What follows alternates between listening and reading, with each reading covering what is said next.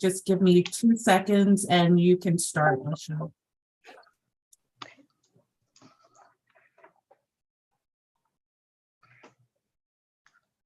Just give me 2 seconds and you can start. We are good. And it's over to you, Asha. Okay, good evening and welcome. It's 6 p.m., so let's go ahead and get started. Such a privilege to see so many of you in person around the table. Mr. Martinez, perfect timing. There's your seat. We're really excited, and thank you for those who have joined us virtually for our hybrid meeting today. This is our first in-person meeting since February of 2020. So as we all know, the world changed in March of 2020, and we've been really successful having these meetings virtually, but we've missed your faces and the opportunity to connect and just brainstorm around the table and virtually. So we will enjoy this hybrid moment, and just let us know if you're on screen, if you're having any trouble hearing anyone. I know sometimes hybrid is not the perfect arrangement technologically, but we will try. And thank you all for those who are joining the live stream on our YouTube channel. So with that, I will first turn it over to the monitor, Bart Schwartz, for an opening and some updates, please. Thank you, Asha, and welcome to everyone. I want to echo your thoughts about how nice it is that we're all able to be here together, sit around the table, and talk things out, and welcome those people who cannot be available here but are still participating. So thank you for joining us. I'm going to jump around a little bit because a lot has happened, and I want to make sure we have enough time and spend most of our time on the issues of the CAC, not just catching up with other things. But I did want to talk first about ERAP, which, as I think everyone knows, the state does not have a budget. There's still negotiations going on. No one knows precisely what will happen, although there's a hope that there'll be money in the budget for all the public housing authorities in New York State, with the majority of it going to NYCHA. During the course of the last week, I did issue a public statement. I've been talking about the need for the legislation to do something even before that, but then I issued a public written statement and was interviewed and continue to support the hope that there will be money in the budget for public housing. Another thing that I did in trying to help is I contacted the labor unions, which no one had contacted before, and asked them to get behind NYCHA and support NYCHA. And every labor union that has any employees at NYCHA, we contacted every one of those. I don't want to overstate it. They didn't have to do any convincing. Once they heard what the need was, and we would appreciate their help, and NYCHA would appreciate their help, they put their lobbyists to work on behalf of NYCHA as well. So we'll have to wait and see what happens. I think the budget's being extended for some brief time, at least in this first effort. And as I said, let's hope that NYCHA gets the funds that it needs. Second, I'm going to turn it over to Dan briefly. There was a Department of Investigation report that came out on the fires, 3 fires, 2 of them relating to shoots and 1 to an e-bike. And since we had some role in that, I thought I'd let Dan tell you a little bit about it. Yeah, thanks, Bart. So of the 3 fires, the one that kind of got the most publicity, unfortunately, because there was a fatality of a 6-year-old and the near fatality of his father, was at Mitchell Houses on November 5th of 2021. And as the DOI report states, and our people actually knew, our field examiners, because we were up there within hours of the fire, is that cause of the fire was garbage and other debris got stuck in the chute in that particular building and somehow caught fire. And unfortunately, up on the either the 19th or the 20th floor of that building, when the alarms went off and somebody, and I think they determined it was the father, opened the chute door up on that floor. And I don't know if people have ever seen them, but they're actually quite small. But it acted like a chimney, and it was mostly smoke, not flames, from that far away from the source of the fire in the chute. But the smoke, which was very black, because I saw photos that were in the report, literally blackened the whole hallway. As I said, killed the son from smoke inhalation and nearly killed the father. So immediately after that, we looked at Maximo, which is, I think everybody knows, is NYCHA's database for open work orders for broken chute doors. And the waste management department at NYCHA was also, of course, very interested in this. So, and we've been working with them fairly closely. So it was decided soon after that what was necessary as a first step was to do a survey of all of NYCHA. And mind you, there are 22,000 chute doors at NYCHA. To do a survey to determine which chute doors were broken and needed to be fixed, because of course this chimney situation, if there's a fire below, which unfortunately is not all that unusual at NYCHA, given that all the trash goes down into the basement through the chute, is to make sure that they're secured so that this isn't repeated again. It took a couple months to put together the procedures for how the survey would be done, and the Waste Management Department was the one that put that together, working, getting, sort of feedback from our people. And in April of a couple months later, April, the survey started in earnest, which lasted for 4 or 5 months. Several thousand doors had to be secured first and then repaired. And the thing that I just want to make clear to people is one of the jobs I have here at NYCHA, at the NYCHA monitorship, is that I review all of the field reports that our field examiners produce. On average, we get 4 or 5 a day. And even though the chutes that were found to be broken and in need of some sort of repair were all secured based on the survey that was done that started a year ago, today alone, of the 4 reports that I reviewed, there were 5 chute doors that had been broken since that time. So this is an ongoing effort that we do. We get the information to NYCHA, and then local property management, as I said, first secures the door so that it can't be opened. And then depending on what the problem with the doors or the chute is that causes it to be broken, is then scheduled for repair. So this is an ongoing effort. It's incredibly critical to stay on top of this so that that kind of horrific circumstance doesn't repeat itself. And then, if I'm not mistaken, on the day of the fire or the next day, when we checked Maximo, there were some 200 to 300. They were just over 300 chutes that had open work orders, and those were examined promptly. Thank you, Dan. Sure. A couple of brief things. This past Saturday and 2 Saturdays ago, Representative Hakeem Jeffries held meetings with the leaders of developments in his district. I think he has 55 developments in his district. One issue that came up, which I wanted to make, I was on the panel, but I wanted to make very clear, and people did not know about. It has to do with the trust, and it's this: an agreement has been signed. A letter agreement has been signed between all the parties to the HUD agreement, that any apartment that goes into the trust is still under the jurisdiction of HUD and the monitor.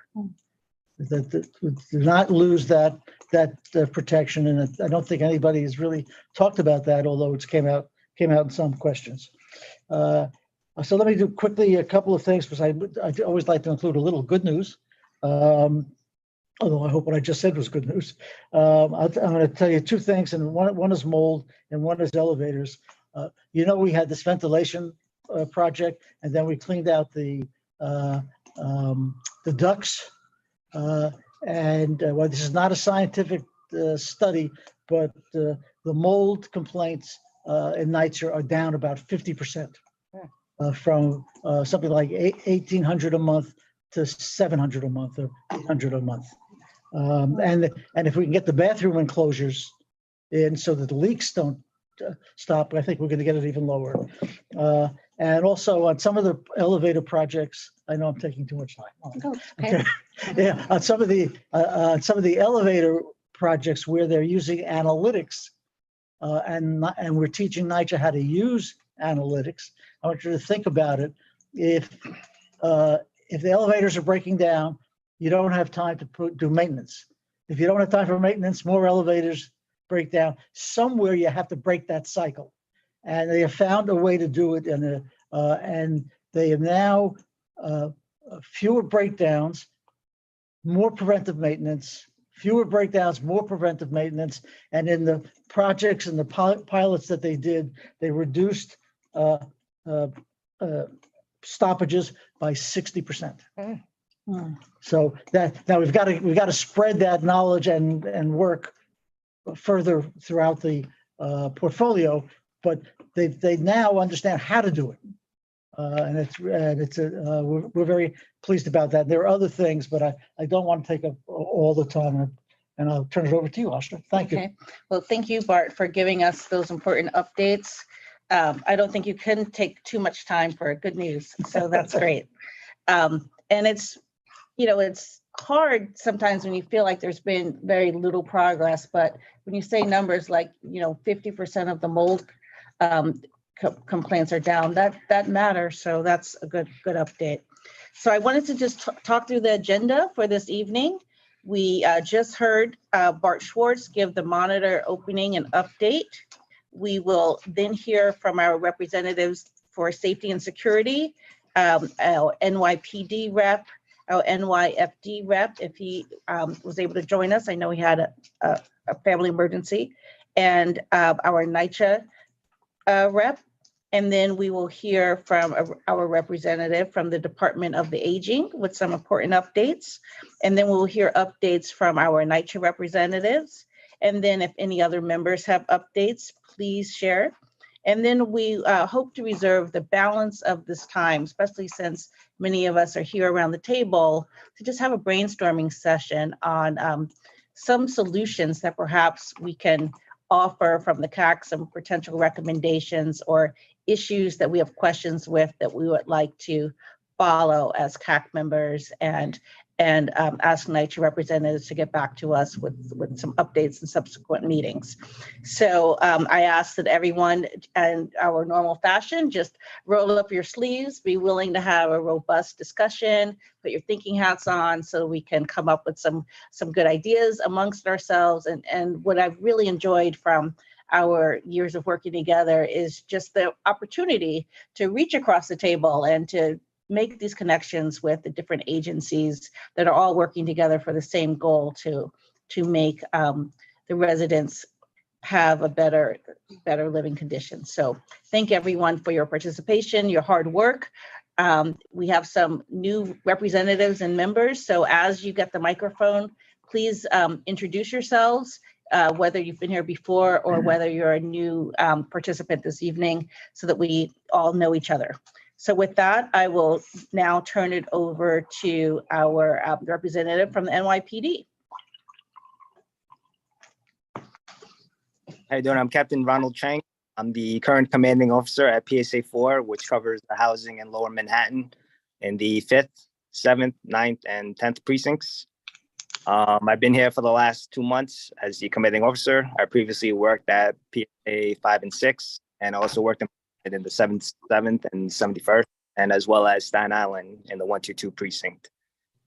So one of the things I wanted to talk about was I know when I got the opportunity to represent housing, I actually did some research to see what CAC was. So I watched some of the older streams on YouTube just to see what's discussed. And I noticed that one of the things was that Inspector Gottesman was talking about was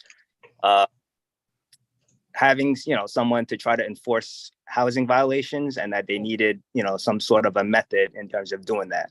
So one of the things that, that I had my officers doing right now before is whenever we get a complaint or quality of life complaint about someone like violating a nitro rule, meaning like someone lingering in the lobby, whether it be youths or adults, that we're gonna help housing managers try to document these violations of the lease agreements, meaning in the lease it says that, if you're a resident here, you shouldn't be lingering or, loitering the staircase or, anything like that. So what we're going to do is we're going to help them identify some of these tenants that are breaking these laws, and then it'll help them, issue the notices to the residents that, hey, listen, you guys are violating, these rules, and that, if you continue doing that, it's possible that, you could get evicted. So hopefully, using that approach, help limit some of these quality of life complaints, which is usually, involves like youths, things like that.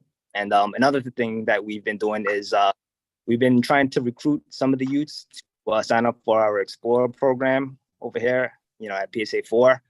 Currently, we have almost 30 Explorers, which is normally between the ages of 16 to 20. And what they do is they'll participate in like preliminary, like police, training in case in the future they do want to become law enforcement officers. So it's like, kind of like a stepping stone, just so that they could see, what policing is about. And another thing that we did last month was we set up pop-up tents to try to recruit summer youth employment. We were able to sign, numerous people applied to, our, our engagements. It's who gets picked and who gets hired, that's up to the other, entity, but we were able to successfully sign up a lot of our problematic youth over here, which I think is a good thing. In terms of crime going on over here in housing, I've been seeing a lot of reports on like scam type crimes, meaning, someone might try to order an apartment or like a new apartment, through like like a real estate agent or whatever. But unfortunately, normally they take the money and then, they get the apartment. So we've been seeing scams like that, as well as elder scams where someone may call up, like an elderly person, and they'll say that, hey, I have your grandchild, police officer, so-and-so from whatever precinct. I have your granddaughter arrested. Please pay $200, so that, she could get bailed out. And then usually, the elderly person would pay this person by Cash App or Venmo. But we just have to spread the word that, the police will never solicit payments of any kind, the phone. If you do have to pay bail, it's done at the court. We never take Cash App or Venmo for, bail or anything like that. So we've been passing out pamphlets whenever you have these pop-up community engagements. I think we're trying to work on a way where, we could disseminate some of these brochures via email so that, it can get emailed out to most of the residents. I'm still in the process of trying to see what the best way, to do that is without, having someone reply all and all of a sudden, 100,000 residents get some, bogus email. So I'm trying to, work out a way in terms of getting better communication between like NYPD and the residents of housing. And then the last issue that I've been facing here is Amazon theft packages. Often we have like people delivering packages that they get left in front of the doorstep. So if it's, a building like 22 floors and they leave it, let's just say apartment 22A, and then they come home, the package is gone, it's very hard for us to investigate these type of thefts. So one thing I recommend people do is that if they do have an Amazon package and they're not going to be home to receive it, rather than it being left, in the middle of the hallway where anyone could, steal it, that some sort of Amazon hub where they could, hold on to your package. And then when you come home from work or whatever the case may be, and you're able to pick it up, you could pick it up from this hub. That's all I have in terms of that. Thank you for joining us. Thank you for those updates. So Asha, this is Chris. Can I just say something real quick? I just wanted to address the captain and the lieutenant from PSA 4 and thank them. Your team was out there with us a couple of weeks ago. Sergeant Harold Gates was a really big help. to us. And I just wanted to let you know that your team is doing a great job out there. And, we talked to a lot of the residents and they relay it to us as well. But Sergeant Gates and his team was a big help to us over at Reese. We had an incident where they helped us out with the invoicing of some found property. And I just wanted to let you know they're doing a great job and we thank you. Thanks. I'll pass the word. Thank you so much. Thank you, Chris, for weighing in. Thank you, Captain Chang, for that update. Before we switch to the next person, though, one of the things you mentioned was how to get important information, like, the PSA about the police will not solicit, Venmo to bail someone out, and how to communicate with NYCHA residents. And I don't know, I know that's come up with how to cooperate with NYCHA for, important announcements. And I don't know if we have any updates on how that can be facilitated or if that's something we can help with. I'm looking to our NYCHA representatives around the table if you have thoughts on that. Be more than happy to reshare any tips, and we have done in the past when we were doing some safety meetings, like tip sheets, especially when the holidays are coming, around how to be safe during the holiday season. So we're more than happy to share. Yeah. Oh, good. Yeah. So we'll make sure you all connect so that, and maybe if there are other tips, important safety tips, it could, they can have a couple of bullets. Because, of well-known scams, et cetera, to be mindful of. And then I wonder, because we have a representative from the New York City Department of the Aging, is that something you could help with as well, particularly with the elderly being any targeted? of the older adult centers would be happy to either welcome you in for a live in-person sort of presentation, but also to help distribute anything that you have to their older adults, because it's a big concern out there. These scams are rampant, and anything that we know about it and what's going on currently is so important for them to hear about. So yes, please. And if you need help with that, reach out. Excellent. All right. Okay. Asha, I wanted to ask something. You have 2 points of outreach. Ms. Lozano, you had a question? Yes, I wanted to know maybe the individuals that we have in NYCHA. One of the complaints that I've been hearing around the city is the fact that it's like with the officers, the NCO officers. They don't have easy access. They don't have easy access to the buildings. The UPS, Amazon, is there some way that, because it seems like they never give back the keys in order for the next, community affairs officers or anything. How can we, because a lot of them are complaining of the fact that they can't get their packages and they are home, and UPS or Amazon or whatever other venue, whatever other outlet, they leave the packages outside because they can't get any access. So is there some way to find a way through NYCHA if they can systematically get a general key, even for the fire department? Because we did talk about this a couple of months ago on the fire department not able to have access to the entrance or anything. Would you agree, Mr. Chen, that maybe would be feasible collaboratively, that there's some accessibility with getting access to keys, and maybe at the ending of the business day, they leave those keys with the UPS corporate office, so then the next day, so they don't keep the keys, because there's no way of really securing anybody's packages, especially with the elderly with medications. I have a lot of people that have to get access to their medications, and that's neglected as well. So do you have any idea or anything that could be done in order to make it more accessible to the NYPD as well as the fire department and all the other delivery outlets? If I can So- interject, Okay. if I can interject, I have an idea, right? So there's a software, it's called Nimbio. And this software allows keyless entry into NYCHA's buildings. The problem with the software is the doors aren't locked, right? But if the doors are locked, the key is input into the phones. And so the delivery people, UPS, the postal service is already signed on to this. I've already spoken to them. They think that it's a great service. It gives them access to the buildings. It also gives access to Amazon and all of those carriers as well. I think that it'll also be a great tool for FDNY and NYPD so that they have access on their phones. They don't have to worry about actual manual keys. So that's something that could possibly be, thought about and talked about further. Mhm. It's a great idea. It's a good thing to keep on the table. I don't know. I see our representative from NYCHA nodding. Is that something that's already been looked into for the residents? Not to my awareness, that's really an operations security question. I've spoken about this in the past. James Secreto, Vice President of Safety and Security for NYCHA. Amazon proposed that they would put lockers at the developments. And we actually did a walkthrough with several developments probably in January.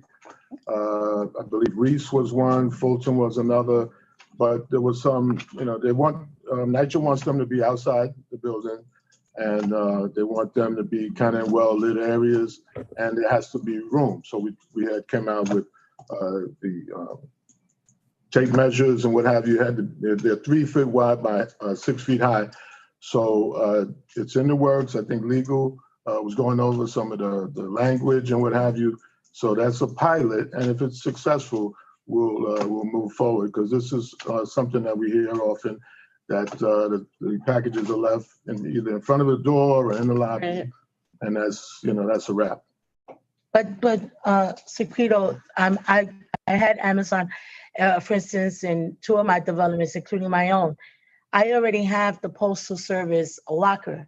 It's not, and you want to know something? I regret that we have it, because there's a corner where I see people hiding there and getting high inside the lobby. And that's also a problem. I think that what Ms. Moore mentioned, I think that's something that we really need to look, because this is the first time that I've ever heard it. And I think that would be really feasible, because this way we don't have to constantly be on top of the precincts, because when we go to the precincts, I ask them, well, why don't you forward that key back to management for the other officers? And they never do that. Neither does the fire department. I think that's something maybe we need to look into. People will get their supplies. We won't have all this confusion, and it makes things easier. Sometimes it's good to go back to the fundamentals. And I think this is an excellent, Ms. Moore, I have to commend you. I think we should look into that. Thank you. I think that the lockers are also a fire hazard. It depends on which development you go to, right? So we've seen the lockers in, let's say, Drew Hamilton houses and in the upper Manhattan. Those lobbies are huge, so they can fit some type of apparatus like that. But when you come to different developments like Pominock, where you have small lobbies, it's a potential fire hazard. In the event of an evacuation, there's going to be a problem there. So I think it poses more of a hazard than it does to help the issue at hand. I don't think that the lockers are a great idea, me personally, but I do support the keys being electronic. With that service, it also eliminates the need for residents to constantly be going to the management office, getting keys for the members of their household. They are in power, and they can actually issue those keys to their household members as well. Those keys can also be revoked. So let's just say, Mr. Secreto, you are the head of safety and security, and I am underneath you. In the event that I leave the job, you can revoke those keys. There's nothing manual, it's on the phone. So it may be a great idea to go that way. Well, those Amazon lockers, and I'm not representative of Amazon, but the captain brought it up. They're going to be outside. They're going to be outside, and they're also going to work off a phone where you have you have the log or whatever, and you open the locker and you take your package. They're outside, so it's not going to be a fire hazard. Shouldn't be a fire hazard. But I have seen the ones from the Postal Service inside 64 Essex I was at the other day. They do have that in the corner when you come in. You have a key. I guess they put the key in your mailbox, and you get your package on and return the key. Well, it sounds like I'm hearing that there needs to be creative solutions for each development or door, and then not creating further safety hazards, like you mentioned, that it created another little pocket where people can kind of hide, et cetera. They even, in the corner, in one of the developments, including my own, they used a BB gun and they shot up the whole window. Right in the corner, and it's just that may be convenient, but I think that we have to go, because that key, what is that called, the key pod?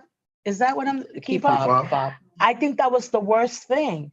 It's costly. It's $25 per key. You have family members that they're not mobile and they need their home attendants to get in the building. They can't get access to it. Nobody wants to pay $25 for it. I think we should go back to cylinders, because it's easy to replace the key, and half that mechanism doesn't even work. It takes respectfully, the credo, but it takes a year and a day for safety and security to even reactivate some of these keys. I've given 150 complaints over the keys, and it still hadn't been addressed. So I'm gonna ask you to pause. We're gonna save the key fob discussion for another part, but I just wanted to see if we had any other comments on anything that Captain Chang said before we turn to Councilwoman Avias. Mr. Gross, do you have a comment on what Mr. Chang said? I mean, Captain Chang, I'm sorry. Yes, I want to say a comment on the Amazon issue. We was having the same issue in my development, and one of my TA meetings, I explained for the residents is a special instruction. If you can add by your Amazon instructions, please deliver it to your apartment. And I was having that in an entire building. Everybody added to the account. That means we instruct Amazon to deliver it to my apartment door. Don't leave it in the lobby downstairs. And we was having people complaining and put it on the Amazon account. Right now in my building, 99% packages getting delivered to the door from everybody's apartment. Okay. I think we should follow that. Interesting. Okay. Thank you for making that important point. I want to shift now to an update from Councilwoman Avias, please. Yes, hello, everyone. To see you. Thank you so much for squeezing me into the agenda. I wish I could have been there in person. I guess just a very brief update, and again, welcome to have a conversation with any of you. At the city council level, the last two hearings we had, I actually can't remember when we last talked. But in January, we had a vacancy hearing, really kind of trying to the reasons why NYCHA has the largest number of vacancies across its entire portfolio in New York City, upwards of 3,000, and trying to figure out what is going on. We found no particular pattern. They're kind of spread out all over, but the truth is they are increasing. And we did not get a clear articulation of like what the rationale behind why apartments are being held and taking so much longer to be turned over to families. So this is something we'll continue to pursue. Obviously, there's lead abatement in some, there's repairs in another, but we didn't really get a breakdown that was to my satisfaction, that really kind of explained the state of the situation and how we will move those along. That's a lot of vacant apartments in a city, although they have still very low vacancy rate. Housing is still very much a crisis. We have, more than, I think, 250,000 people still on waiting list and several hundred on transfer lists. So we'll continue to pursue that. We also had a hearing in February on air quality.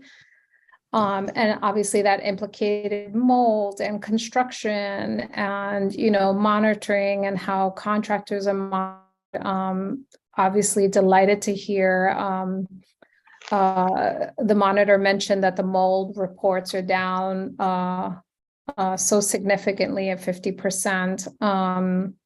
Obviously that is great, and we want to continue to see that. I think, nevertheless, there's still a lot to contend with in this very big area. And then lastly, soon, on April 20th, we're going to be having a hearing on Section 3 in conjunction with the Council Committee on Service Labor. So What day? April 20th, and I think it's at 1 p.m. in the afternoon.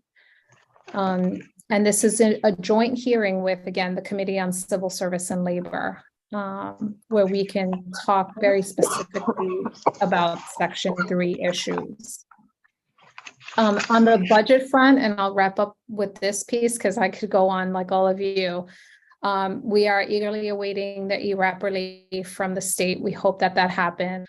At a preliminary budget hearing, obviously, what we heard and talked a lot about was NYCHA currently has less than 3 weeks of reserve in their account, which is why this ERAP money is so critical. With a Republican-controlled Congress, it's very possible at any point in time, actually any controlled Congress, right, that there be some stop of work. And NYCHA has been able to what do we call it? Extending of the budget deadlines at the federal level. NYCHA has been able to float that because it has reserves. So NYCHA is in a precarious situation right now with a need to rebuild its reserves. It reported to City Council that there are a bunch of discretionarily funded capital projects that it will need to kind of delay and put below, put at the end of the queue because of lack of resource to constructively manage that. We're still engaged in conversations. So, the mayor put forward a PEG, eliminating the gap reduction costs for the vacancy unit readiness program, which is a very program that tries to get ready units faster. And there was a $31 million cut proposed there. We are pushing back on the mayor that NYCHA should be exempt from these cuts, given the crisis of the situation that we're facing. We're also just fighting to get not only increased capital allocation, but also operational, given the resources, the resource constraints with the state of the reserve money, and the fact that, we need increased operational resource to do the things that, impact people most directly, like making sure we get some groundskeepers that can, keep the place up to snuff. The elevators are way behind schedule. So there is a lot of work to be done in this budget, and we will be really pushing hard for the mayor to invest in NYCHA the way the crisis is. Many residents are deeply concerned that there is no chair. There's NYCHA not having met any of the benchmarks related to the trust, or at least no public awareness around the progress that's been made on that front. So there's a lot of feeling of precarity right now, although an enormous amount of work is getting done. So I want to thank you all because to as much as we can for the residents and to save public housing. And I appreciate you all and your work. And please feel free to reach out to our office. Thank you. And thank you for those important updates and for the important work that you're doing in your leadership, and for the hearings that are shining lights on these open questions and concerns that I know the residents are raising. You mentioned an upcoming hearing for Section 3. Our Queens representative, Manny Martinez, knows a lot about Section 3. So hopefully you all will connect in advance for that hearing to talk through that as well. And then you can update us, please, at the next CAC, because we're looking forward to hearing more about that, please. And then so many of the other issues that you raised, I wanted to open the floor to see if anyone around the table or online wanted to comment or ask any questions on anything. Mr. Martinez? Yes, I would just like to remind Eric Adams that he promised us $4 billion on his campaign trail. And it seems that he completely forgot that. And remind all of NYCHA residents too, that that was the case. So, you know, you need not forget that. Thank you. Thank you. Ms. Lozado? Yes, Councilmember Aviles, it's always a pleasure. I know you work diligently, but I want to let you know as well as a city council member that we did CCOP and our other counterparts, we did go to Albany. And we didn't ask, we demanded to get funding. And it was appalling to have the governor pretty much flat out tell us no, just about. And the mere fact of having only 12 state legislators come down to support the cause as a course of action, it was appalling that all the other ones locked themselves in their offices. But we'll remember when they knock on our doors for their votes, you know, for our votes. We're going to continue as CCOP to uphold what we were supposed to do, what we're about to do. And we are taking nobody's excuses, including Mayor Adams, who said in his first 100 days that he was going to put funding. He was going to place funding, not to even afford the opportunity that our residents are suffering with no emergency assistance. Is appalling. And I want to encourage everybody, don't support Section 8. You better stay with Section 9, because it's going to be a lot quicker if you're Section 8. They're going to throw you beyond repair of not even understanding public housing. I yield the floor and thank you for your diligence and thank you for being there for the people of public housing. Ms. Lozado, thank you. I just want to say very quickly, the tenants and NYCHA as well were very deep in advocating for those resources from the state. And I will continue to say whether they materialize these particular resources that were requested around ERAP or not, the state continues to underfund NYCHA. Both New York City housing, public housing, and statewide housing. And so that's a longer term fight that they need to truly expand their footprint here, because these are all New York State residents. So thank you so much for your advocacy.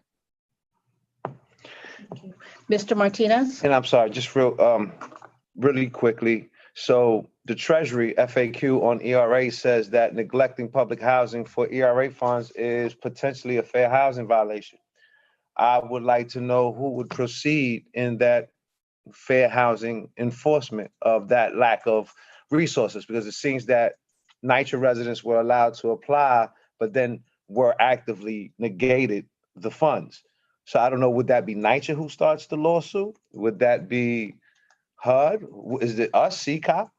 Is it the city council? Who's starting this lawsuit? Because that money belongs to us. Us begging for the budget is ludicrous.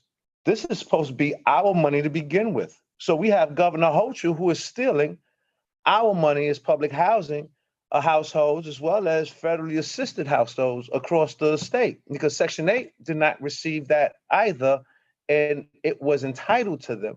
This is a federal distribution under the CARES 1 and CARES 2 Act. For us to not get that money, and then for us to then be posed to beg for it, is maddening. I'm sorry. It's frustrating. Yes, we're sorry. So I'm so sorry, but that's the truth. And I want to refer to the CCOP letter that we put out, and we stated that, and that New York State has an $8.7 billion surplus that they've been touting. How is it that they have our money and they can't find our money in their pocket when they got it so fat? Thank you. Good points. Does anybody else have any comments on what the council member said today? Any questions or concerns on that? Okay, well, thank you for the updates and announcements, and we look forward to hearing from you in our next meeting. And if there's anything any of us can do to assist as you prepare, let us know, please. Okay, next, I would like to turn to our NYCHA VP for Public Safety and Security, Chief James Secreto. Please, do you have any updates? A couple of things. And one of the things that the council member mentioned, and I don't know if I should have brought it up while she was on the line, one of the problems we're having is people taking over apartments. So the tenant of record passes away, and before management gets a hold of the apartment, somebody gets in there. And then to get them out of it, out of the apartment is kind of complicated. So we had a meeting recently with the police department and the new Chief Matarazzo to see how we could better get a hold of these apartments. Some of them taken pretty much by force. So we working with PD, put a process together where we can get these apartments back. But almost like everything else we talk about here is a little more complicated than you might think. Oh, you're there. So we're working with the police If you department. mention me 3 times, I appear. So you only needed to do it once. I got you. And I was at your hearing, by the way, but thankfully I was in the back and you didn't ask me any questions. But we've been working with the police department, Chief Matarazzo and her team, to try and get some of these apartments back where they have squatters in there. People have taken over the apartment from the legal tenant of record. And so we're working on that process now. We're supposed to attempt, I guess it's like a pilot, to try and get one of these apartments back next week. But again, it's complicated. Have they been there? Have they been there more than 30 days? Who's the legal tenant of record? Is there a family member that's entitled to get the apartment? So it's not as simple as I would like to have seen it. I have a question about that though. Are these apartments that have been, taken over from the tenant of record, are those included in that 3,000 vacant apartment count, or is that a separate count? I don't know that answer. I do. Some are separate. Some are separate. The reason why it's so difficult to get them out of there is because of the court system, the squatter rights law, and the mere fact that the property managers we talked about this in great lengths with Mr. Schwartz. The truth of the matter is that a lot of those residents have passed away, and you got to get public access to their death certificate. Some of them died in Puerto Rico, some of them died in other states, and it's hard to retrieve that. So my manager is doing that as we speak, paying $15 in one state, another $20 in another state, just to get access, just to prove that tenant. So what can the judiciary system do, council member, in order to try to enforce or have a separate department to promote this initiative that Secreto is mentioning, to get rid of those residents? Because we're talking about $20,000 to $30,000 of revenue that could be put for a legitimate tenant there. And that's why we have the deficit. And that's why CCOP and the counterparts were begging for money, because we have this problem. It's thousands. I'm talking about $30,000 to $40,000, $50,000. Yeah, so I guess I would quickly respond. I think the first point of order is understanding in specific terms what the scale and scope of the problem is. Like, certainly I've heard this, not nearly as much as I've heard, certainly the other challenges that folks face. So I would love to hear from NYCHA. I would expect, I'd like to know, are they counted as part of the vacancies? If not, how many units are we talking about? Where are they? And certainly would be happy to explore. Obviously, it implicates the legal system, right? And exploring kind of what kind of remedies are there and what the situation is. So there's a lot more information that certainly I would need. And maybe this is something we can look more deeply into. I know the problem certainly exists. I've seen it from both ends, where someone left their apartment and tried to turn it over to NYCHA with letters, and NYCHA refused to close it, and someone went in and moved in. And now they're putting her on an eviction list, which is putting her at risk for Section 8 in New Mexico, where she's living with her children. So it is complicated, without question, as was mentioned earlier. And I'm sure all these cases are unique, and some are egregious and some maybe not so much. So I'd be happy to follow up to get a real understanding from NYCHA what we're talking about here in very specific terms. And we'll join in that and work with you so that you get reliable numbers. This is Courtney Bennett from the DA's office.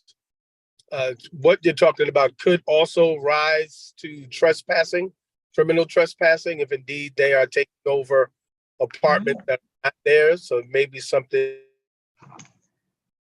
that you want to address with the district attorneys from around the city and see if there's some legal cause to go in and take those apartments back.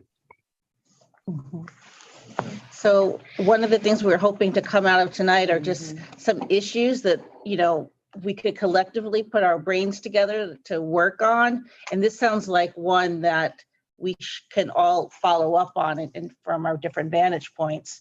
So why don't we say that we're going to follow this issue and work with the DA's office, work with safety and security, work with resident engagement and NYCHA and city council and any other NYPD is involved.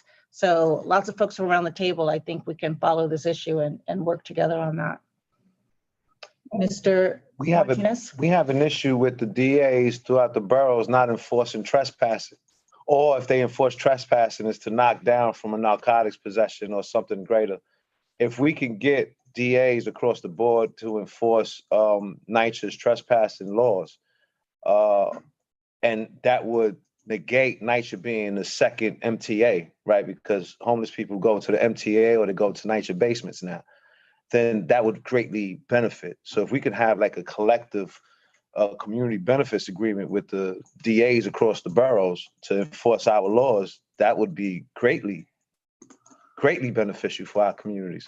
Our residents are being attacked, are being hurt. I have people who have stitches, older ladies who are being assaulted, and actually a couple of households who had people try to push in because of this presence.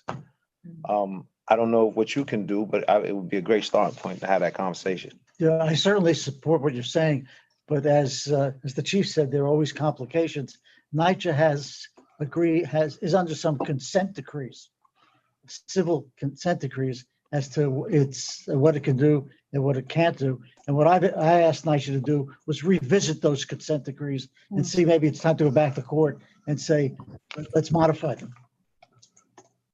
Are those consent decrees to the NYPD or to NYCHA? Because that's more NYPD not enforcing the trespassing laws because the DAs won't prosecute. So they'll leave them. They'll walk them around the block, not even around the block. They'll walk them upstairs and then leave, and then they just go right back in. And then they'll have to do that 3 or 4 times before handcuffs go on them. And then they'll be back the next day or 2 days after. And so that's more of an NYPD lack of enforcement due to DAs not enforcing the trespassing. Now, what NYCHA needs to do is put up the signage saying that this is a restricted area. This basement is a restricted area. This rooftop is a restricted area. Once they put up that signage, now it coincides with the state law, right? We're looking at Penal State Law 140, right? So that right there is what we really need to do if we want to impact this secondary shelter that New York City has made of NYCHA. Really good point. Speaking of which, Chief Secreto, I'm hoping you can give an update on the initiative that you're doing with social services and the NYPD. Yeah, the homeless initiative. But before we move on, I just wanted to mention, there was a meeting about a year ago in Manhattan North with the DA Bragg's assistants. And what came out of this meeting was that they don't want to prosecute for trespassing by itself. But if there's any crime in addition to the trespassing, if there's an encampment, a mattress, if they're defecating, urinating, shooting up, using drugs, then they will do the prosecution. So, and I have the notes on that meeting. And the last thing is if on the body cam of the officer, that person is told several times, you're not supposed to be here, whatever. So I don't know how that's working out, if it's going forward, but the DAs have agreed to that. So I fully understand that. In South Jamaica houses, and I'm pretty much is a microcosm of the rest of NYCHA's developments. So we've had 7 ODs, even on staircase, basements, and rooftops. We had a person jump off the roof about 3 weeks ago. And so those particular additions to the trespassing law, that's like an administrative obstruction to our rights, because now if you don't have an encampment, if you don't have a whole group of people, not just one person is going to OD on somebody's staircase, on somebody's floor, which has happened several times where I've had to call the police before they died, but we had 7 deaths of ODs on our development and 1 jump over. And this is a common factor throughout. And so now folks are not just only gathering together, to do other stuff. They are getting high and they are doing it in our faces because they know that the NYPD is not going to engage. Mm-hmm. And the last thing I would not want to see in our developments is for it to become a point of contact for resources, right? I don't want people now to be like, oh, let me go hang out in a NYCHA development, see if I can get HRA or a shelter or something. We don't want that either. We're a residential community, right? The NYCHA is not a luxury shelter. It is a residential community. And so we have to understand that. And we need to start treating it as such. We're human beings and we're citizens. Thank you. So we are doing the homeless initiative. It's one night a week. It happens to be on Tuesday night at 6 o'clock. We meet today. It's being done at Fulton houses, and it's homeless services, NYCHA, Office of Safety and Security, and NYPD. And so we walk the buildings, see if there's anyone in there homeless. We offer them services, either mental health or drug treatment or whatever. And if they take the treatment option, that's great. That's a home run for us. But if not, they have to leave and we escort them out. The only problem is it's only 1 day a week. It's only one development a week. So you're talking 270 some odd developments. It'll probably take us about 5 years to hit every development. So, That's inspiring. I would like to do more of it because the homeless situation in NYCHA is a problem. And what's the restriction for being able to do more of it? Well, we don't have homeless services. We only have that 1 day. So, I've been, asking if we could do it, without them, or if we can get them more days, but so far, I haven't been able to. So We need to talk to the mayor again. One of the other things is the doors, right? We took the controller did a report and was very critical of the door situation. So I've probably maybe not a good idea. I've offered to try and help out with these doors. But one of the things I went and did was get the numbers of how many door tickets are put in. And last year it was 26,000 just for the front door, another 4,000 for the rear door. And this year so far, 26,000 for front doors, 450 for rear doors. But I've put together a proposal to my bosses to see if we can help out. Because some of these, the doors, it might be a hinge that's broke. It might be the handle that's broke. Manny, I've looked into your 90 degrees. The 90-degree handle. I didn't forget you. But it's something that's not complicated that we have to wait for a vendor to come out and assess the damage to the door and then go away for another month waiting for the part. And I think we would save money. So I've proposed that to my bosses, and I'm waiting to see, how what they think of it. And this idea would be like a roving team from safety and security that knows how to at least do the simple fixes on doors and has the parts or maintenance. Vans with maintenance workers and parts, and they would work off of the tickets and see which doors that they can handle. If it's something that's over their head, then we have to go to the vendor as we do now. But I've seen a couple of instances where the door was fixed in like a half hour by someone that, gave a damn. So I gave it a pitch because, as we're going out doing different things, whether it's a walk through, I was out there at South Jamaica, a lot of the doors are broken. And I think some of them could be a simple fix that's, I just think it could be. So give me a shot. And Asha, this is Fred Baldino speaking from the Field Examiners Group. One of the things that always comes back to us is that there are qualified maintenance workers willing to jump in and fix these doors. It's all about training and giving them the tools to fix these doors. And there is a quick way to address a lot of the broken doors through the development staff if we were to give them the proper training and the proper material to support that. At least that's what we see across the board. Who is he? I think also, Fred is NYCHA monitor Fred is team. with the monitor team. He's the head of our field team. Well, Mr. Baldino, I got something for you. My superintendent, he fixes our doors in Parkside every other day. He knows every secret conceivable. I extend and cordially invite you to my development and you can meet him. He'll give you some ideas and help Secreto over here.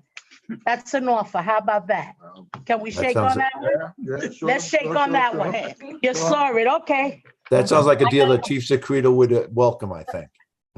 Yeah, but that's the thing. We got to find, I've asked for 4 maintenance people to take on this endeavor. And, I'm gonna give you his number right now. but you can, And quite frankly, we've looked at the vendor I know you don't wanna process use for repairing doors. And it's too complicated, it's too long, and it doesn't get to actually quickly addressing broken doors. I think procurement should also be a part of that because we have an issue with vendors following up with the POs, or even if they can handle that capacity. We need procurement to come in to enforce the contract, or at least to make the assessment to see if more additional contractors are needed in specific areas. Because we are having 3, 4, 5 month holdovers because of procurement, because POs are not being met. Yeah, I think NYCHA has one master contract for the doors, and maybe that's the problem. I don't know. It's a huge problem. No, it certainly contributes to it, if that's the case. You have what, 2,000 doors? Yeah. And one guy? Like, Not one. like with No, the it's a, trees, I know, it's a big company. one company. But like the Trees Are Us, right? For 2 million trees, they got Trees Are Us, one company. So, these are some issues that we do need to look at. That's like redlining, right? With that lack of investment, that racketeering, that, what do you call that? I forgot the word. Where like one company, monopoly, it's in a monopoly now. Right. Right? So it's an oligopoly, right? You got a couple here, and with Trees Are Us, it's a monopoly.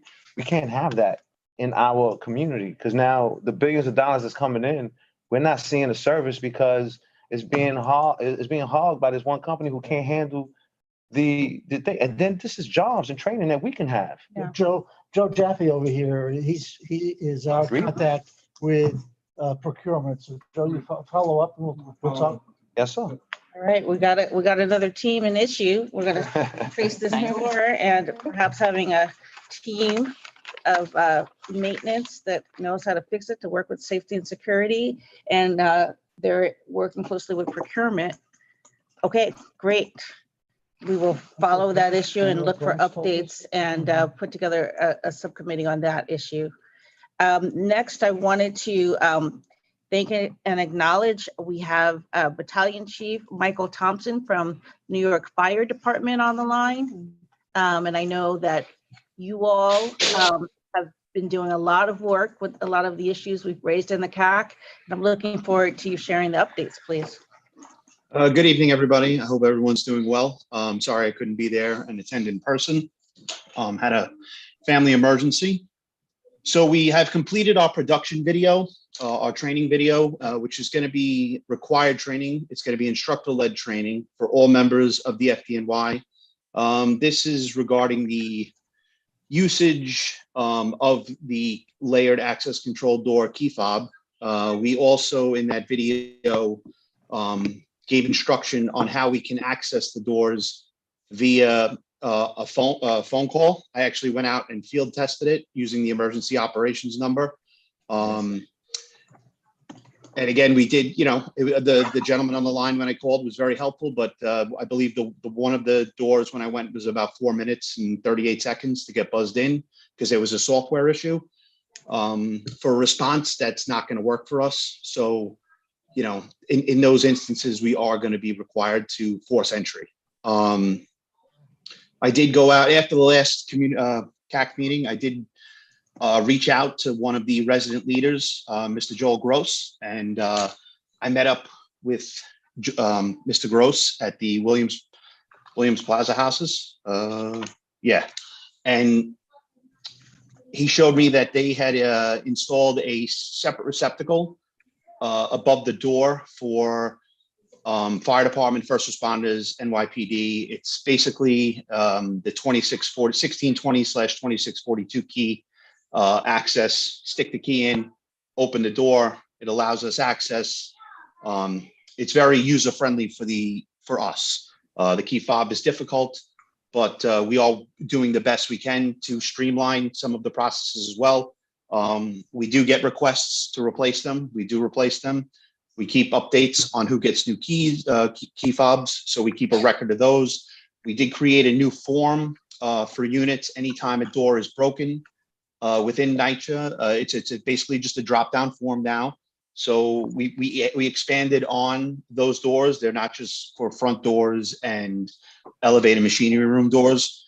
We have discussed procuring keys for the elevator machine rooms from NYCHA for all New York City firefighters. So we have a bunch of stuff in the works, but we are continually working on any issues to reduce any damage unnecessary and make things better for everybody. Thank you. Thank you for all of that progress. That's hard work. But I'm really happy to hear about the video, the training video that will discuss appropriate ways to enter NYCHA buildings. That is fantastic.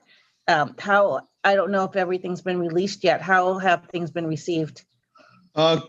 Pretty good. So we have for the next safety and security meeting, we should be able to, everyone who logs in will be able to share that. We should be able to share that video with those members. Okay, great. We look forward to that.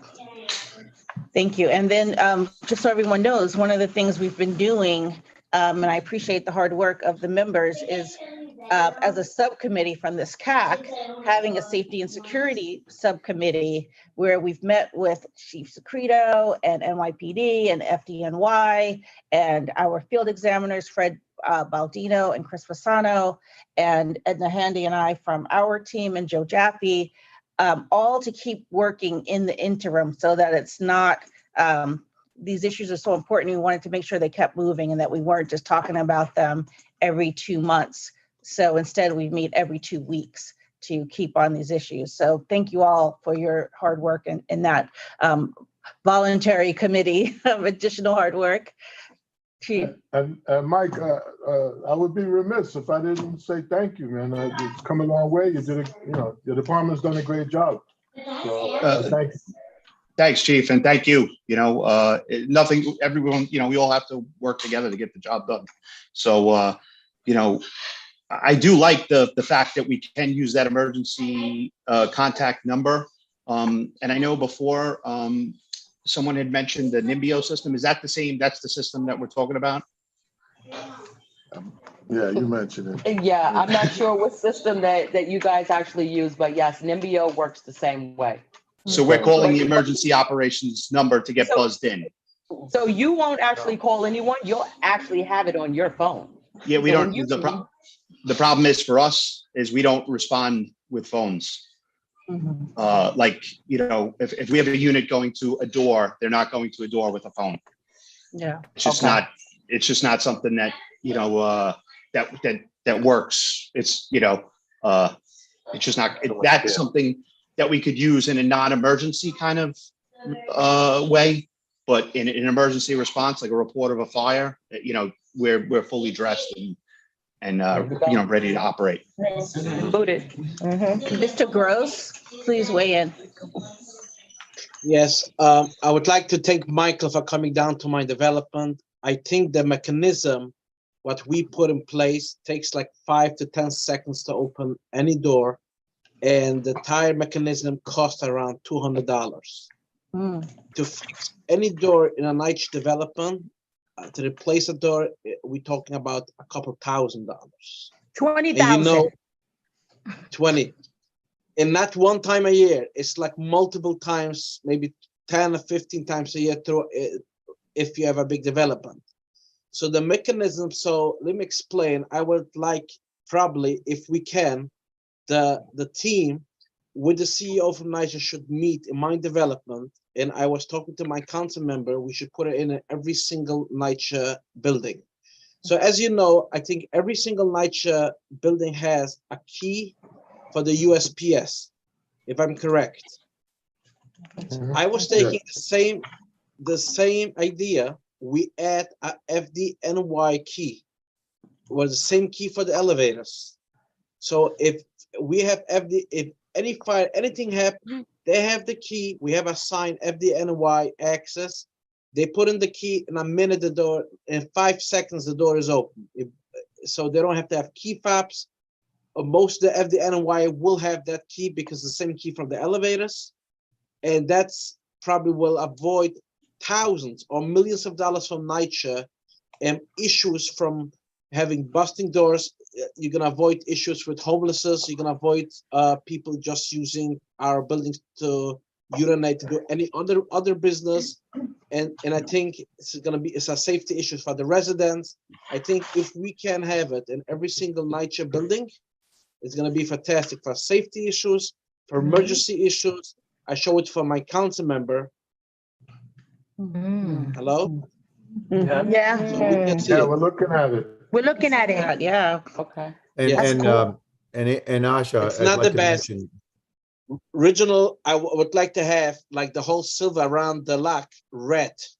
But this is what during COVID we put it. So this is what we can have in that time. It's just a key. You put her in. Everybody has it in 5 seconds. I think Michael tried it out. He was in 5 seconds. Wow. but, and And I Asha, think this if is we Fred have that in Baldino each again. NYCHA building, Just to mention that we've met with Mr. Gross, and after hearing from Chief Thompson about this, we actually went out there and looked at this system, and the efficacy is appropriate, from our perspective, and inexpensive on a NYCHA front to deploy this thing throughout the NYCHA process. And it's something that we're looking at, and we see it as a viable way to address some of the issues that have come up regarding the security of the front doors. Yeah, and if that's a key that Chief Thompson, that's a key that FDNY only would have, so that Yes, no one else would access. our members carry, pretty much every member of the FDNY has one of those keys somewhere on their coat. Next time you see a firefighter out in the street, just take a look at their coat. You'll see a key, and that's the key. That's the key to get for us to operate elevators.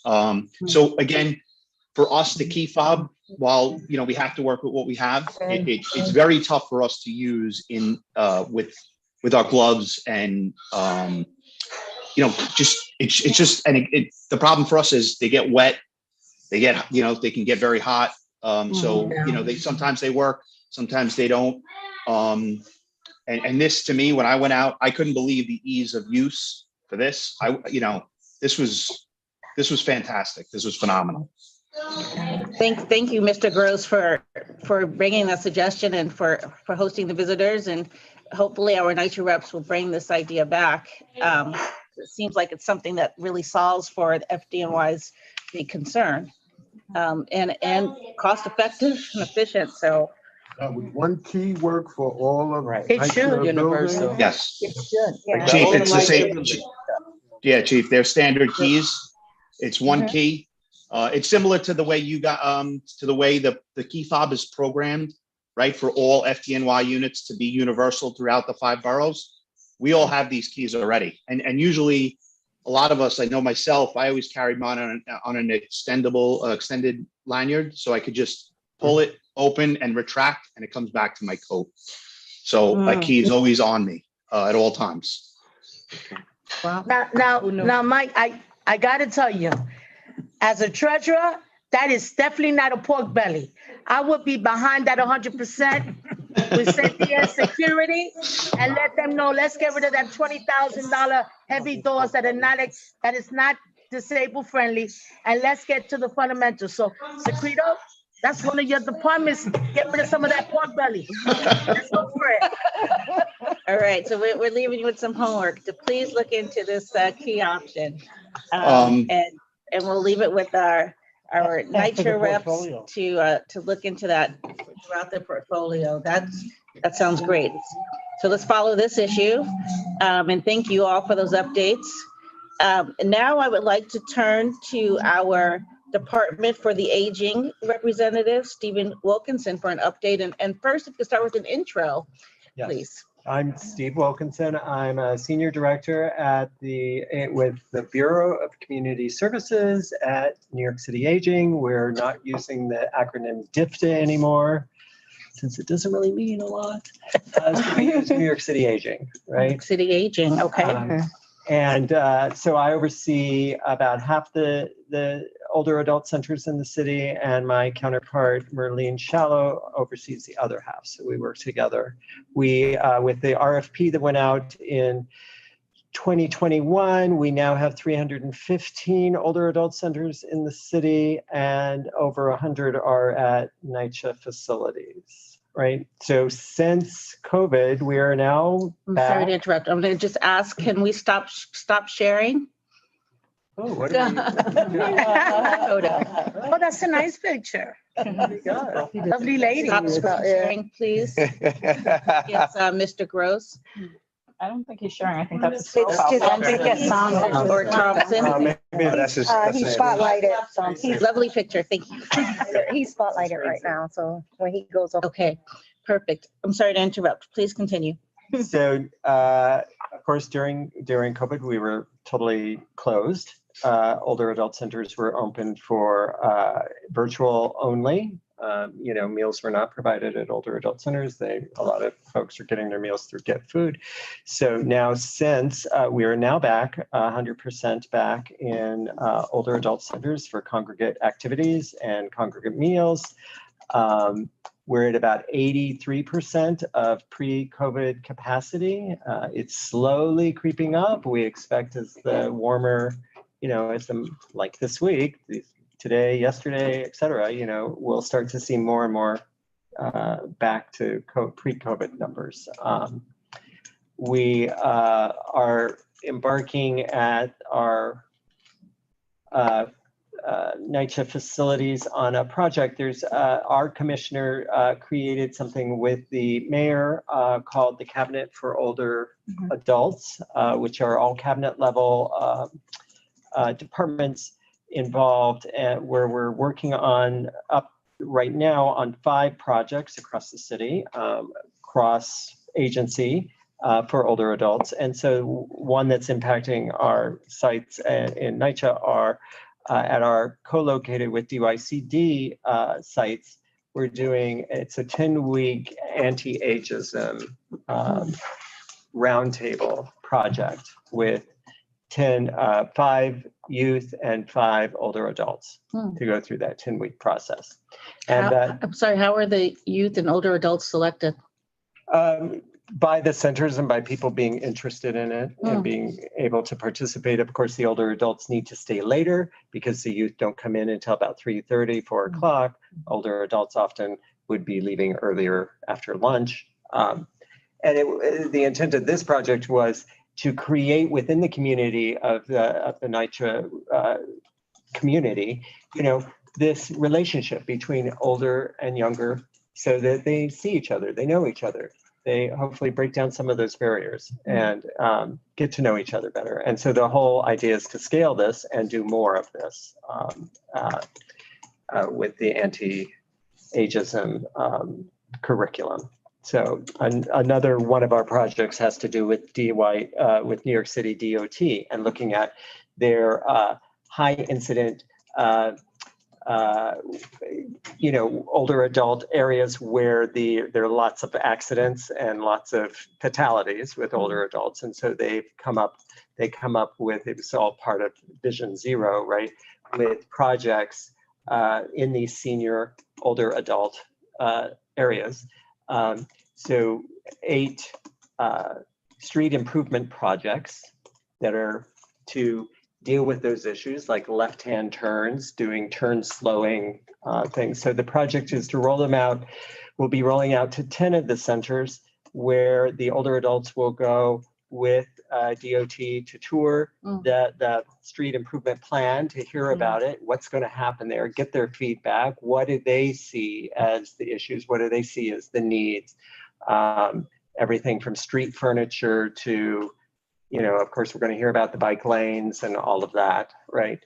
So that's rolling out on April 24th. Is that something that NYCHA residents can help with? Because I'm sure they're aware of conditions in and around their developments that might pose hazards. Well, these, yes, I mean, yes, if we're rolling out to one of the older adult centers in their neighborhood, yes, to join those, you know, when that's advertised that the group is going to be there, it's a 2-hour session. To join that, to be able to participate. What the DOT does selecting these sites is based on the data of where are the the areas where the most older adults are living, and then where are these areas which have lots of fatalities, you know, impact those. Ask you a question about this. One of the things we worked on early in the monitorship and has yet to be resolved is that when NYCHA makes its community centers available to other organizations, they don't have any memoranda of understanding as to who's responsible for maintaining the facility. And Jackie Robinson Houses was the best example. It was I think it was a Head Start program, and it was had to be closed down. It was unsafe with all the rats and everything else. And there was no understanding or agreement between the operators and NYCHA as to who was responsible to take care of it. So nobody did. So my question for you, do you run into that issue? Or with older adult centers, you know, we work with the older adult centers to have those issues addressed, working with NYCHA and working with the team. There's a new team at NYCHA for escalations and issues that come up around the older adult centers. So, and we have a meeting tomorrow. We have a biweekly meeting to go over those. So at least for the older adult centers, we're doing that. do you know if that's available for others? Because I know the MOUs have not been signed. Well, not been signed. I know that those folks at NYCHA are doing that work. So I would think that they would be doing it for all community centers. If you could, whether it's we're done with you. It's the, no. so you're referring to the Office of Public and Private Partnerships? Yeah. Right, which is a With small Erin, team. Erin. Erin Gaventer, led by Senior Director Erin Gaventer. Yeah. And so what they're scaling up to do, so they're focusing just on escalations because they're a small but mighty team. Yeah. But the vision is that they would eventually have oversight between NYCHA and city agency partners over all public centers. So that includes your childcare centers, your senior older adult centers, as well as community centers. Yeah. So it's probably up to somebody in legal, right, to look into having the MOUs. Yeah. So the legality of it, that part I think is not being handled by this team. They're really working on like through relationship and through commitments from both parties, how can we come together to address this? And then I think the large scale, how do we address this, you know, from an agreement standpoint is something that would happen with our legal team. Well, that is at least partially a good thing to hear, that somebody's working on the issue. Now we'll see if we can work on. With older adult centers, we got funding through City Council a number of years ago to deal with HVAC issues, right, at older adult centers in NYCHA, only in NYCHA. So we'll continue to follow up on the MOU issue. I just want to mention, you know, years ago, the demographics were a lot different than they are now. I spoke to the center director, and what we want to do is that I have that we considered 55 and plus, you're considered a senior. We're going to initiate a baby boomer stay because they need a place to go. We tried the multi-generational thing, that didn't work. But I see that most of my seniors, they're wearing down, they're a lot older, they don't come out like they used to. It's a new climate. And I think that that's something that you guys need to look into. That's one thing, the 55 and plus, because they come in with different type of ideas and being innovative, because most of the programs, respectfully, I mean, if I was older up there in that age, I wouldn't want to go to my senior center and do a crossword puzzle all day long, or that they're just full of plain bingo all day long. I mean, you know, let's be realistic. One of the things that I don't like about the senior centers is that on top of it, you know, looking at that bracket of people, the fact, and this is what we're gonna confer with my girl here, Black men. The other thing is that I want to see more innovative programming. You know, I think some of our sponsors, unfortunately, the people they hire, they don't stay long. They don't stay at work too long. And their programs are like really, you know, bad. The kitchen, we don't have kitchens because we're up to the city ordinance on, you know, getting stuff. I have a problem as a diabetic and suffer from hypertension. I don't like the fact that my seniors are going to other centers because there's a brown paper bag with orange juice that we know how, and cereal that they can't eat because some of them have dental issues. I think that if there is funding, councilmatic funds or any type, because I'm a funding person, I would like to see that, you know what, bring a catering facility. It may be pricey, but the, you know, elderly people, they want good nutrition. They don't get that. Some of them don't have the energy to cook nutritional food. And I think that it is a disservice to the elderly. And I think that it's a disservice for that 55 and plus baby boomers that want to come to the center, and they're being told by some of the centers they can't come. And I think to shut down anyone from the community is a disservice to the community. Right. So is it one of our older adult centers? New York City Aging Center? Yes, Not all centers are New York City PSS, Presbyterian, I had JASA. Yeah. In my district, I have some centers that they don't interact. The directors are inexperienced, they're much too young. They don't understand that they're going to be that age, and they need to be innovative enough to provide some type of decent food group. You know, people are dying out of heart and you know, clogging of the heart, diabetes. Absolutely. So, and especially in communities of color. So I think that's something to consider. That's what, the reason I asked was, yes. And you should have, it sounds like you wrote our RFP, because our RFP was all about, oh God. And I can't address the 55 cutoff because it's federal. It's the Older Americans Act that is 60 years old, right? So, but it needs to be reformed because yes, no, I agree. You know, 55 is, but in the sense that they can't record any of those people because of the funding mechanisms, because it's 55 to 60 is not part of the 60 and over, right? But so part of our RFP was they need to bring in the younger cohort of older adults and rethink their programming, because like you said, sitting and playing bingo or doing crossword puzzles is not appealing to somebody who's 60 who may actually be working during the day or have a volunteer job, and they're going to come in later in the afternoon, right? And they're going to pop in for the meal, and then maybe a great exercise class or Tai Chi or something, right? So they have to rethink it. And then another part of the RFP was all about innovation, and that these older adult centers need to do innovative programming of some sort, right? I mean, I think it would be nice to have a pilot. I mean, you have all these centers. I mean, I'm sorry, Ms. Lozano, I'm gonna have to cut you off. Okay. Just we'll because talk. we have a, No problem. but this is what I love, because you can make those connections, and then, you know, I think Ms. Lozano has some good ideas for innovative programming.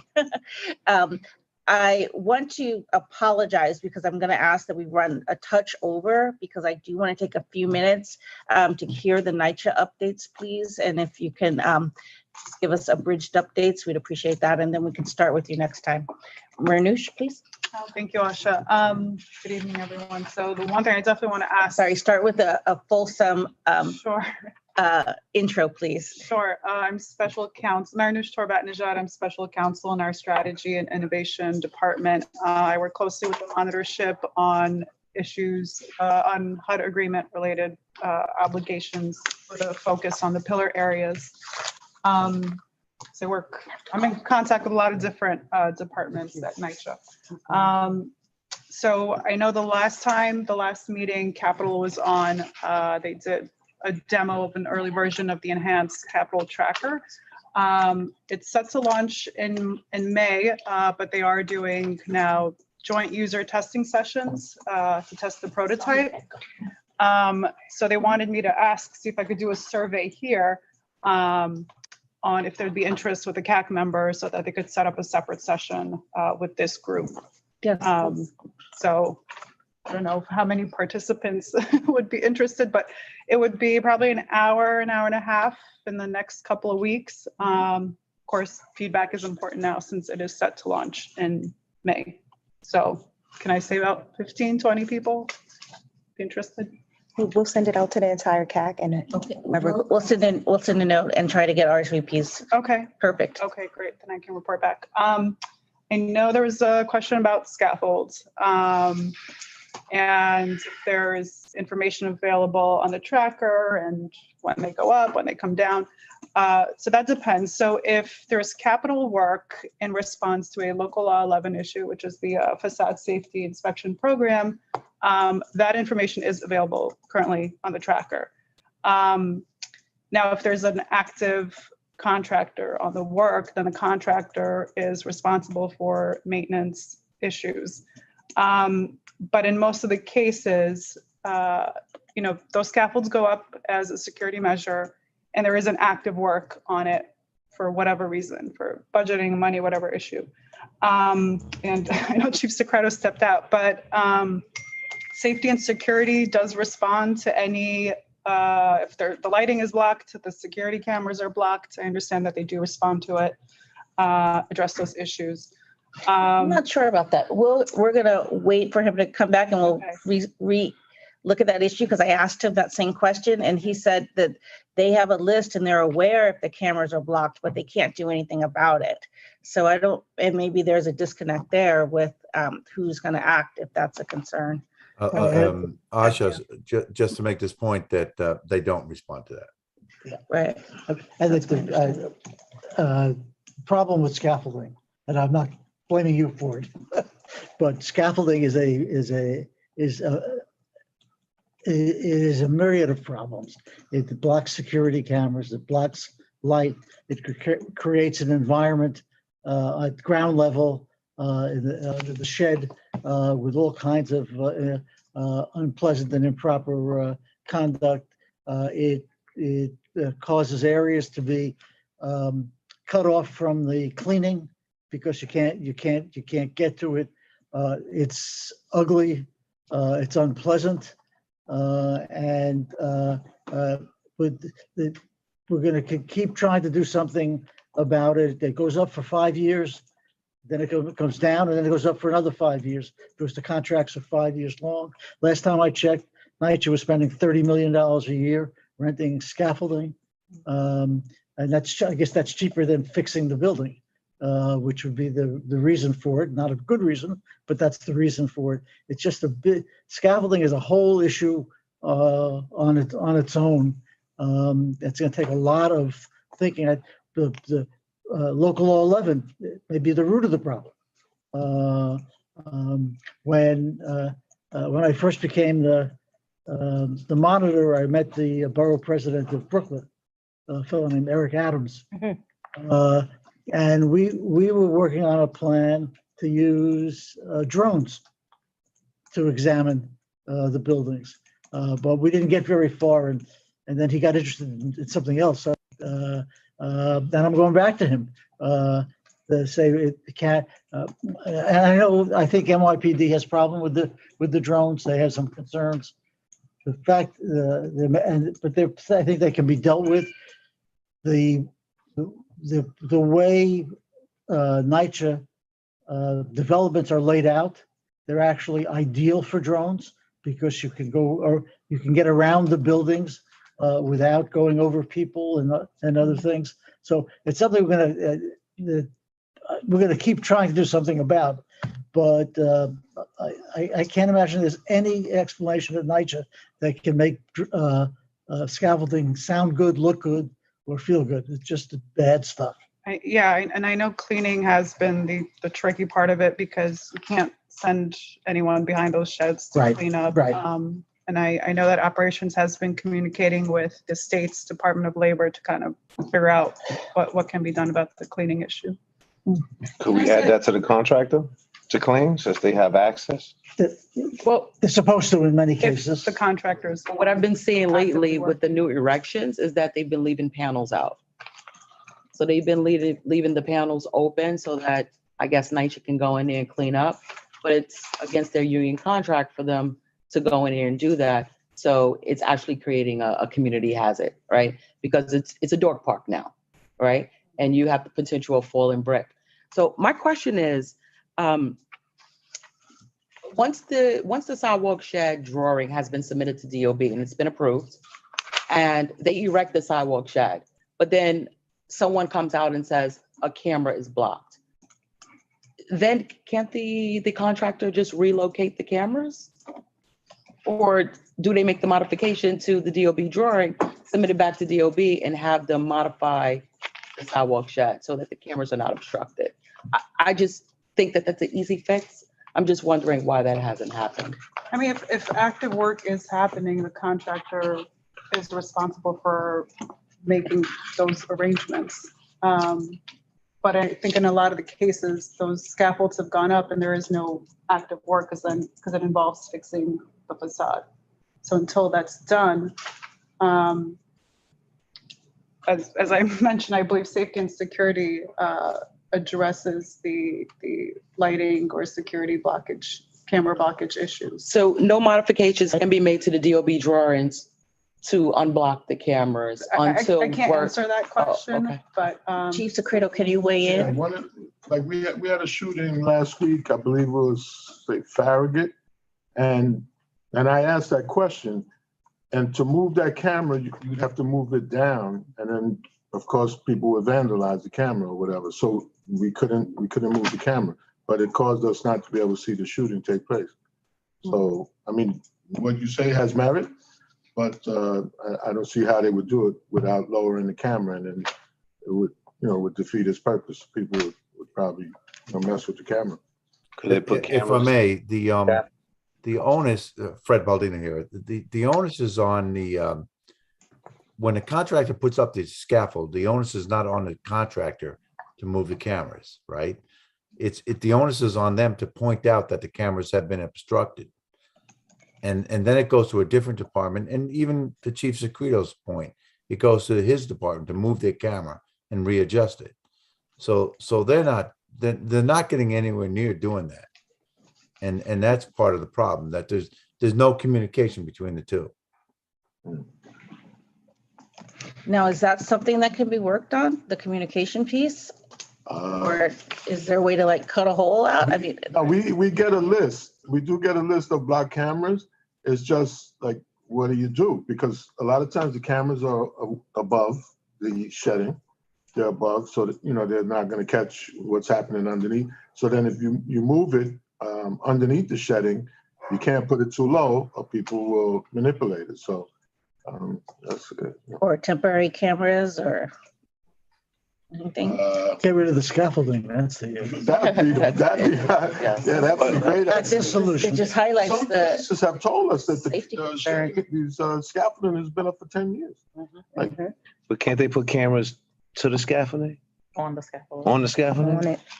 Like make it a part of the I scaffolding? don't know how high they are. Maybe it's not that high.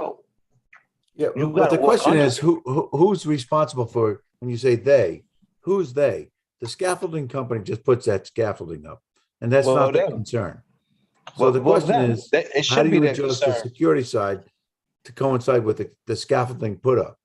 Well, Mr. Baldino, it should be their concern because if they're leaving it up for 10 years, they're getting paid for that. That's not free. They're not dropping off the scaffolds and they say, oh, we donating the scaffold to NYCHA so that people don't get hurt. They're getting paid for that. So Right, we need to and start we've adjusting looked the at those contracts and scaffolding say that has to contracts. be a part of that. Right, and we've looked at those scaffolding contracts, and yes, the onus is on the contractor to keep the area clean and police the area. But this is a gray area here in terms of how they manipulate and how they move and how do they adjust the lighting and the cameras. It's Well, a gray NYCHA need area to in the break some contract. contracts and rewrite contracts. We need better contracts.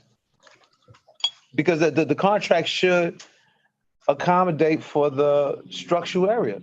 It should have that already built in. Like, all right, so you're gonna block the cameras, so you're gonna be responsible for this. That should be in the contract already. For them to say, oh no, here's a halfway contract, just go out there and do your best. I agree it should be in the contract, but I don't think that'll solve the problem.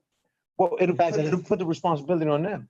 And so now if they don't manage that responsibility, then we get somebody else. But that's what we need. We need contractors that are going to do the job. Right now, NYCHA has created a workplace culture and a setting for just contractors to come in and do the very less that they can, and then a little less than that, and get paid in full, while we get no service. That is one of the key problems that we have here. So when we come back and say, oh well, the contract is the reason, the problem is the contract. We need to start addressing the issues that we have and stop acting like this so beyond our reach. It's true. That's a really good Can I point. just ask, Manoush, because you started talking about this in terms of the tracker. Could you continue that? Well, if presentation? If the capital work is in response to local law 11, then there is information and I was checking it today, if you go to the capital project, there is information like this connected to, and there's also a link where you can inquire if there is a specific issue. But outside of local law 11, they do track it in their construction software, the capital team. So in the e-builder, it is tracked. So again, if there is a question about a specific project, then they can probably answer. So when you say capital work, see, because you made the distinction between capital work and security. So if there's no actual capital work going on, it's not in the tracker? Correct. Okay, so that's something. That's a gap with the tracker. So that can then leads to the. Okay, so let's follow that issue with the tracker, but let's also follow the bigger scaffolding issue and the safety and security issue and the contract issue. So we'll put that one down to follow. I appreciate everyone staying over. We are running a little bit behind, but I do want to just give 5 minutes, please, to our remaining two NYCHA representatives, just to give any quick imperative updates. Sure. So I'll be really, really quick. I won't go over a history of the roundtable. I'll just give 3 quick updates on full circle moments that have happened in the roundtable. Louder, please. Oh, I'm sorry. Oh, sure. So I said I won't give a history of roundtable. Hopefully everyone here has a little bit of knowledge of what the NYCHA roundtable is and the function of the roundtable. But what I wanted to say was make 3 kind of short announcements about full circle moments that have happened because of recommendations that had came directly from the roundtable. And one of those was a recent announcement actually from Eric Adams. It was a partnership between NYCHA Con Ed about e-bikes and e-bike security. We know that the first suggestion was to ban e-bikes. We know that there are residents who make their living by e-bikes. And so there will be a pilot program to have locking storage stations for e-bikes and for NYCHA developments, Queensbridge North, Queensbridge South, the Hostos in Manhattan, and Van Dyke, and those stations should be up by the end of the year. So we're happy about that. Also, there was a pilot program to monitor trash being thrown out of the window by our CCTV team. That program is being piloted at West Brighton Houses. And we understand that if we can track trash being thrown out of windows and a resident is made aware, then the problem decreases. If someone is put on notice, not necessarily given a violation. So that's one other thing. And then the last update is that we were able to replace 23 self-service kiosks at walk-in centers in our Brooklyn and Bronx walk-in centers, and upgrades to those kiosks include privacy screens and scanners. And so with these upgraded kiosks, every time now a kiosk is broken or out of service at a walk-in center, they will be replaced with these upgraded kiosks. So, Oh, that's good. more user-friendly, better user-friendly for residents. So Those are good updates. And I'm glad to hear that some of the resident roundtable recommendations are getting acted on and you're seeing progress in pilots. That's great, great news. Any other updates? Yes, so ending on the good news train, we have a HUD-funded technical assistance provider that we've been working with called CVR Associates, who's been working with CCOP over the past year and with my department, resident participation and civic engagement, to develop a training on the 964 regulation, as well as to impress upon all NYCHA staff what the expectations are as it relates to engaging with residents and ensuring that residents are at the table for all critical decisions that are made within NYCHA. So we started in Staten Island. Both Mr. Martinez and Ms. Williams-Moore have had the opportunity to have their boards participate. So we're going through every single neighborhood 4 times a month at this point until we get through every neighborhood. The good thing is that we have NYCHA property staff, NYCHA executive leadership in some cases, side by side with the resident association so that they can hear directly what the concerns are. And I think it's really a two-way street, right? To hear perspective of the property staff and some of the challenges they deal with on a day-to-day basis, but most importantly, to hear from resident leadership about what their concerns are and how we can better the partnership. And we intend to train about 900 participants, both staff and residents, before the end of the year. Oh, that is good news. And then what's then been the feedback so far? Well, we have some participants here, so I don't know if you want to share any feedback from the training. So the CVR training, we just had one on March 29th, right? And it's mostly on the MOA, right? And the MOA is built on the 964 and CCOP relationship. And it is the trainers are very knowledgeable and very accessible. And it's pretty good training. We've gotten good feedback. People flow with it. You know, it's a learning lesson, okay, right? To have property managers and all different types of levels of NYCHA staff there, along with resident council officers that have not had access to this information or this conversation, right? Because it's a lot for our resident council officers that are not presidents that are now involved in that conversation, which now has a deeper impact, right? So that's what we want, more unity and interaction. I think that's what this training is going to stimulate. Yes. Well, that is good news to end on. Thank you for that update.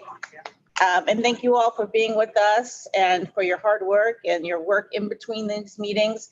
I will reach out to each and every one of you so that we can keep going on many of these issues that we raised tonight and hopefully have some progress on them when we meet again. And I will turn to Bart to close us out, please. Well, I won't delay us any longer. We do appreciate everyone staying a little bit later. And it just, each time we have these meetings, it reinforces the value of the meetings. We get things done. We talk out some of the issues. We identify problems. We may not solve everything, but we really do make, you really do make progress. And I thank you. It's much appreciated. Nobody knew what the CAC was going to be. I asked the U.S. Attorney's Office, when you put it in the agreement, what were you expecting? And they said, we don't know. We weren't sure what it was. It was a good idea. Well, they were right. Thank you. Thank you all. Have a good night. Safe. Good night. all right, travel safe. Oh, I did want to point out that our upcoming meeting, we will have the Manhattan Community Meeting on May 9th and our next CAC meeting on Tuesday, June 13th. So please save those dates. 9 and 359. Yeah. Right. So I can get a sense of who'd be interested in the. What was the committee or the thing that you were proposing?